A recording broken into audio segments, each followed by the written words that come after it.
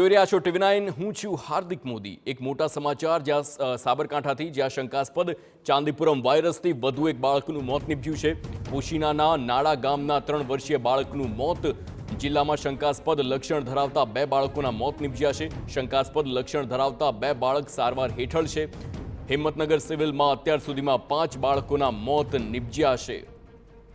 તો સતત વધી રહેલો ચાંદીપુરમ વાયરસ અને તેના કારણે અત્યાર સુધીમાં 5 બાળકોના મોત નીપજ્યા છે, જ્યારે હાલ એક બાળકના મોતના સમાચાર સામે આવ્યા। શંકાસ્પદ ચાંદીપુરમ વાયરસથી વધુ એક બાળકનું મોત નીપજ્યું છે।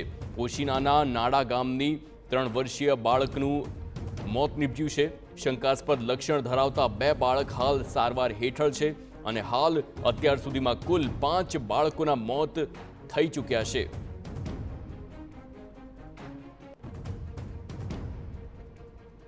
તો સતત પ્રસરી રહેલો આ ચાંદીપુરમ વાયરસ અને ખાસ કરીને નાના બાળકોને આ વાયરસ થતો હોવાથી હવે ચેતવાની જરૂર છે।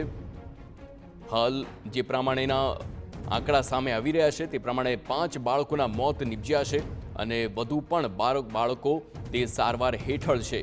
હિંમતનગરમાં સિવિલમાં અત્યાર સુધીમાં 5 બાળકોના મોત ચાંદીપુરમ વાયરસથી થઈ ચૂક્યા છે।